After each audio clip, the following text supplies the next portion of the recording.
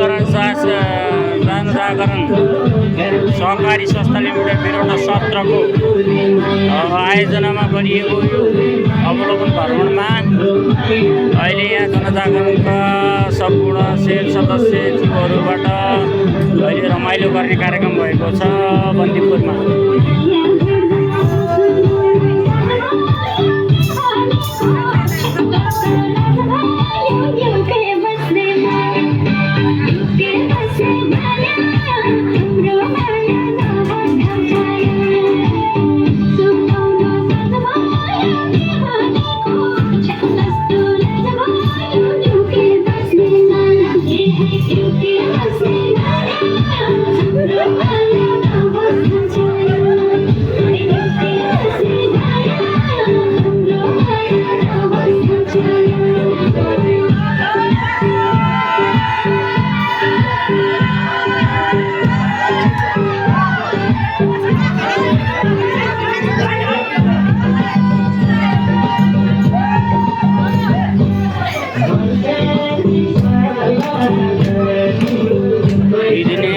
भ्रमणमा यहाँहरूले गर्नुभएको रमाइलो कार्यक्रमको लागि यहाँलाई समर्पण गर्न चाहन्छु भने जनजागरण कृषि सहकारी संस्था लिमिटेडबाट अवलोकन भ्रमण 2 दिने आयोजना गरिएको छ, जसमध्येमा 39 जना जनाको सङ्ख्यामा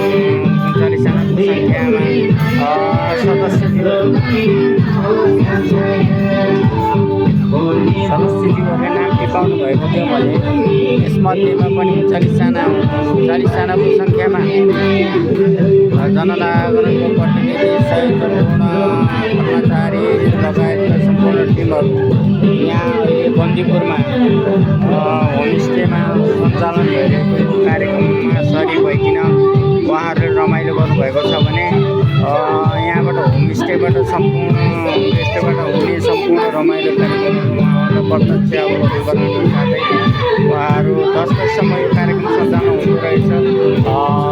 यो होमस्टे 2058 सालमा स्थापना भयो, अहिले 14 वर्ष पार गरिसकेको छ भने यो होमस्टे चाहिँ एकदम पुरानो होमस्टे रहेको यहाँलाई जानकारी गराउँदछु।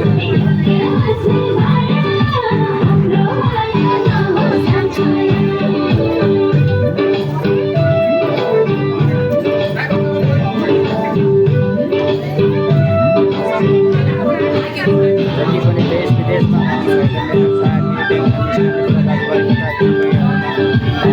मैले यो होमस्टेको बारेमा केही जानकारी केही न केही नयाँ कुरा जानकारी दिनेछु। तपाईँहरू जति पनि आउनुहुन्छ बन्दीपुर आउनुहुन्छ भने होमस्टेमा बस्नु यहाँलाई हार्दिक स्वागत गर्दछु भने